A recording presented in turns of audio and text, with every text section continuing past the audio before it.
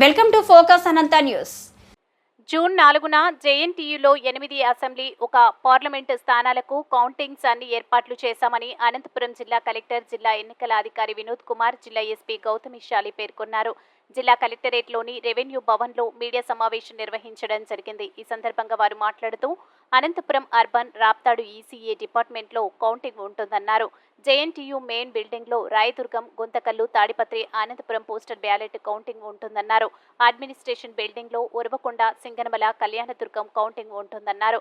జేఎన్టీలో జరిగే కౌంటింగ్కు ఏజెంట్లకు ఉదయం 7 లోపల రావాలన్నారు. మొదట పోస్టల్ బ్యాలెట్ను కౌంటింగ్ చేస్తామన్నారు. కౌంటింగ్ కేంద్రం వద్ద 3 అంచెల భద్రత ఏర్పాటు ఉంటుందన్నారు.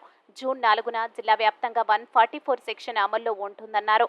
కౌంటింగ్ కేంద్రాల వద్ద పూర్తి భద్రత, 144 సెక్షన్ అమలు చేస్తున్నామని తెలిపారు. జేఎన్టీయూ బిల్డింగ్ చుట్టుపక్కల ఉన్న ఇళ్లకు నోటీసులు ఇచ్చామన్నారు. ఐడి కార్డు లేకుండా ఏజెంట్లను లోపలికి అనుమతించమని అన్నారు. కౌంటింగ్ రోజు జిల్లాలో బయట వ్యక్తులు ఎవరూ ఉండకూడదని, నిబంధనలు అతిక్రమిస్తే కఠిన చర్యలు తప్పవని వారు హెచ్చరించారు. బట్ రీజన్ లేకుండా ఒక ప్లేస్ నుంచి ఇంకొక ప్లేస్కి దయచేసి వెళ్ళకండి.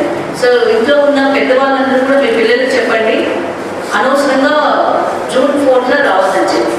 సో జిల్లా మొత్తం